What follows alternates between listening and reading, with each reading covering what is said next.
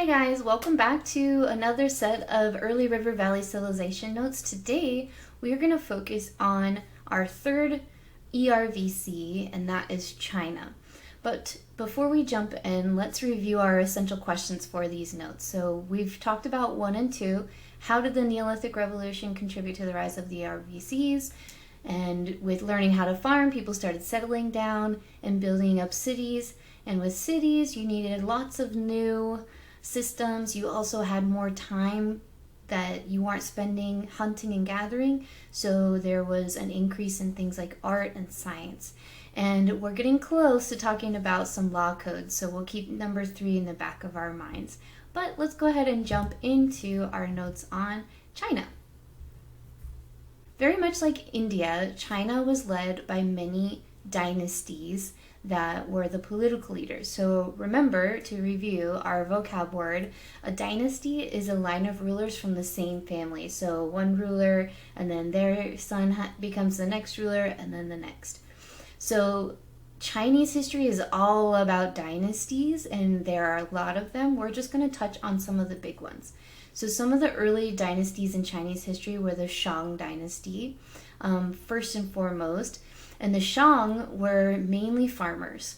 Their rulers were more concerned with warfare. Now you might wonder why, and that's an opportunity for them to expand their empire.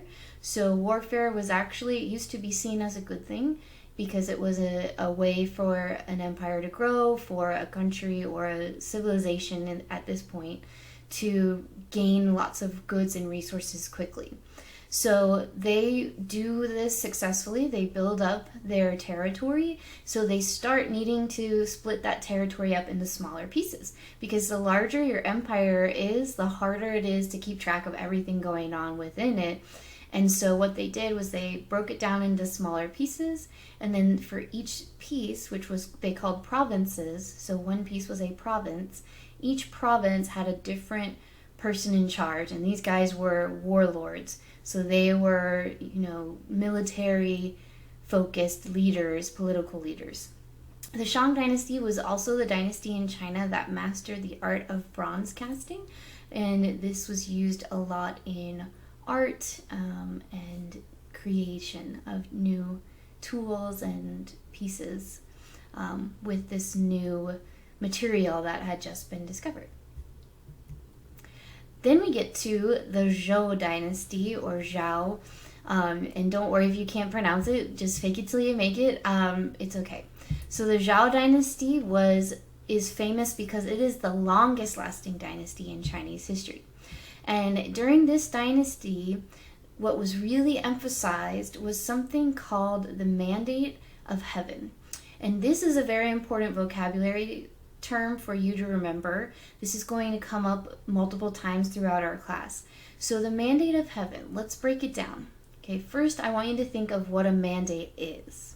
If I mandate you to do something, if I say, okay guys, the new mandate is everybody has to wear purple on Tuesdays, then I'm giving a rule. I am commanding something. And so if we're talking about a mandate, we're talking about a command. And if it's of heaven, then you can guess it's coming from where? The religious god or gods. So for the ancient Chinese, their ruler was seen as someone who had a mandate from heaven. And what that means is that they believed God chose the ruler to be the ruler. So the person in charge was given that by their God. And so that gave them power, that gave them status, and that legitimated their position as king over everybody else. So the king was, number one, seen as a religious leader in the sense that he was appointed by God, and two, he was a link between the people on earth and their God in heaven. So this is going to come back again. We're going to talk about this with another group called the Mongols later. Now, another vocabulary term that relates to ancient Chinese life is called filial piety. And filial piety is basically, filial just relates to the family, and piety relates to devotion or duty. So if someone is pious, they are dutiful, they're disciplined, they do what needs to be done They do what's expected of them. So the idea of filial piety is central to Chinese culture because this was how families related. Your duty to your family was first and foremost. Think about one of our favorite Disney movies, Mulan, right? Dishonor on your whole family. Make a note of this. Dishonor on you, dishonor on your cow. Stop. You'll bring honor to us all. You'll bring honor to us all. That is so emphasized in that movie because it's based in Chinese culture, and that's a huge deal. Your duty to your family and honoring your family. And just like we said in India and in most Asian countries and civilizations, family is the center of life. So family is super important. So let's talk a little bit about ideology. So how do people think in ancient China? So there are a couple big philosophies in ancient China. The first one that we'll talk about is called Confucianism. Confucius was known as the first teacher, and he started this philosophy because he was upset by what he saw in the world. Specifically, he was upset about leaders that he saw as corrupt, who were violent and had bad morals. He persuaded leaders to follow his ideas, and here's what those ideas were. First, one of his ideas is called Tao. Tao is duty and humanity. So duty to the family, like we talked about with filial piety, and also a strong work ethic is part of this duty as well when we talk about Tao. But also when we talk about the humanity side, we're talking about empathy and compassion for other people. So caring about other people, not just caring about yourself.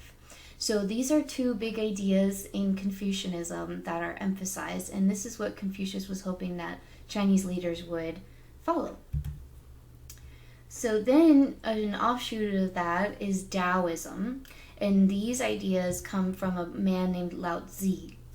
And basically Lao Tzu wanted to pursue the proper form of humanity on earth. And so that was his goal, was to try to kind of reach this ultimate humanity, people be their best selves. And then finally, one that you might have heard of is called legalism. Legalism, if you think legal, like think rules, right? So legalism is an emphasis on the rules. And the main idea behind this is that humans are naturally evil and bad, and they will just left to their own devices do the wrong thing. So a legalist believes that there should be strict laws and harsh punishments for people doing something wrong. If people are naturally evil, we've got to, put them on a short leash and, have a very, very strict system. So now let's talk about some of the later dynasties that show up in ancient China. One is called the Qin dynasty, and this is one of the most famous because it's led by one of ancient China's most famous leaders named Qin Shi Huangdi. And this was when legalism really was at its height. Legalism was being adopted by the leaders of China. So if you opposed Qin Shi Huangdi or any of the leadership in China at this time, you could be brutally punished, including public burnings. So it's an intense time to live in China. In this time, around 221 BCE, the Chinese government was a central bureaucracy. And this word bureaucracy, I'm going to break it down for you. I hear the word bureau. A bureau is a set of drawers. It's kind of like a dresser. And so bureaucracy is talking about having an organized system. So if you picture in your mind drawers, and there's something like each drawer has its specific thing, everything in its place, and a place for everything, right? So that's what I think of when I hear bureaucracy. And so that just means it was centrally organized. Everything was centered on the ruler. And during the Qin dynasty, really all of China becomes united from being separated and kind of doing their own thing. Now they become more united.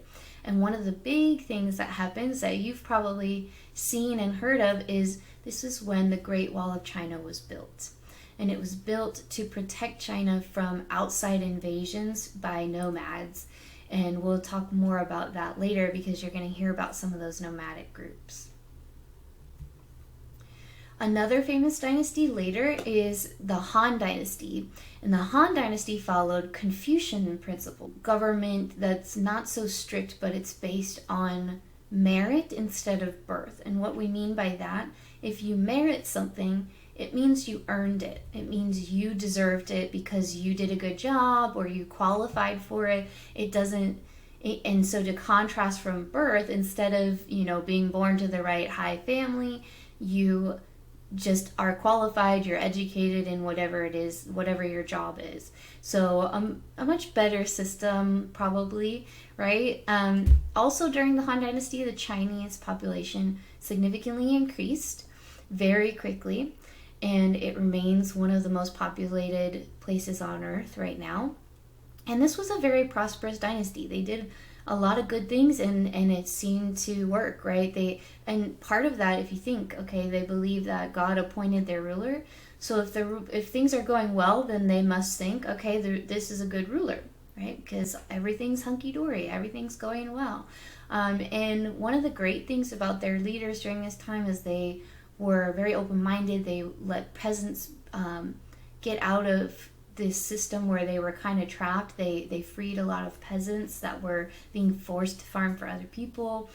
They also started to use iron casting, which is moving on up from the bronze casting. So things are going really, really well in the Han Dynasty.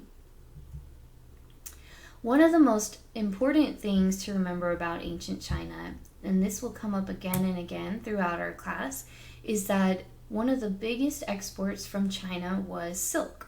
And silk used to be very, very rare. It was very hard to find. In fact, only the Chinese knew how to get silk and make it. And so, of course, everybody wanted this stuff. It was beautiful, it was soft and comfortable, and it was seen as a luxury. So it was very expensive. And in order to export their silk and to trade with others and earn money from this commodity, there was a road created that connected China all the way to the Roman Empire. And so that's a long distance. This is an entire, Eurasia, as we would call this continent, because if we combine Europe and Asia, is huge. China itself is humongous by itself.